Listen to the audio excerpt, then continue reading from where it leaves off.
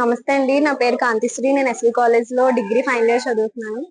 ఈ రోజు మనం ఇక్కడ ఎందుకున్నామంటే బ్రిటిషర్స్ వల్ల మనకి అడ్వాంటేజెస్ ఏమున్నాయా అని తెలుసుకోవాలనుకున్నాము.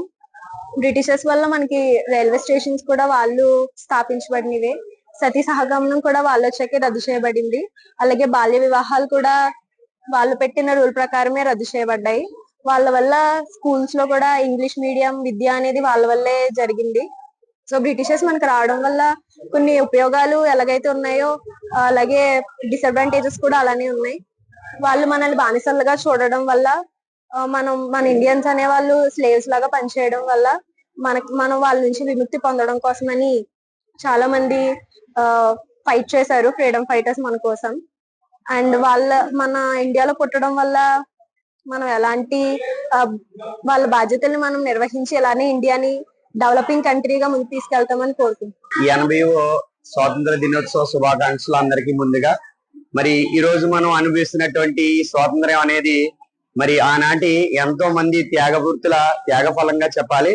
మరి ఎంతో మంది మరి స్వాతంత్ర సమరయోధులు మరి పోరాటం చేసి 200 సంవత్సరాల బ్రిటిష్ పరిపాలన కాలం నాటి బానిసత్వం నుంచి మనకి ఈ రోజు ఆ బానిసత్వ సంఖ్యల నుంచి మనకి విముక్తి కల్పించినటువంటి ఈనాటి స్వాతంత్రం అనేది మరి ఎంతో మంది త్యాగమూర్తుల త్యాగ ఫలం అనే చెప్పాలి.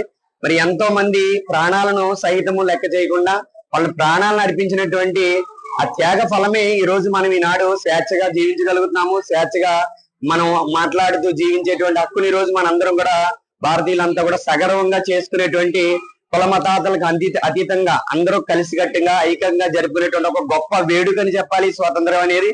మరి ఈ రోజు మనం ఎంత గొప్ప స్వేచ్ఛ జీవితాన్ని అనుభవిస్తున్నాం అంటే ఆనాటి ఎంతో త్యాగమూర్తులు ఎంతో మంది మరి వాళ్ళ ప్రాణాలను అర్పించబట్టికే మరి అలాంటి ప్రాణాలను అర్పించినటువంటి ఎంతో మంది మహానుభావుల యొక్క ఆ యొక్క మాటలను వాళ్ళ యొక్క పేరులను గాని వాళ్ళ యొక్క సందేశాలను కూడా ఈనాటి పిల్లలకు సమాజానికి చేరవలసినటువంటి బాధ్యత ప్రతి ఒక్క పౌరుడి పైన ఉంది.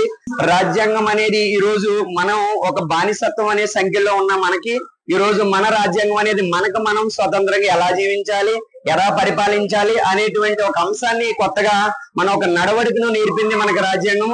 అలాంటి రాజ్యాంగాన్ని నిర్మించినటువంటి డాక్టర్ బిఆర్ అంబేద్కర్ గారు వారి అలాంటి మహానుభావుల యొక్క ఆధ్వర్యంలో మరి రాజ్యాంగాన్ని రచించడం జరిగింది.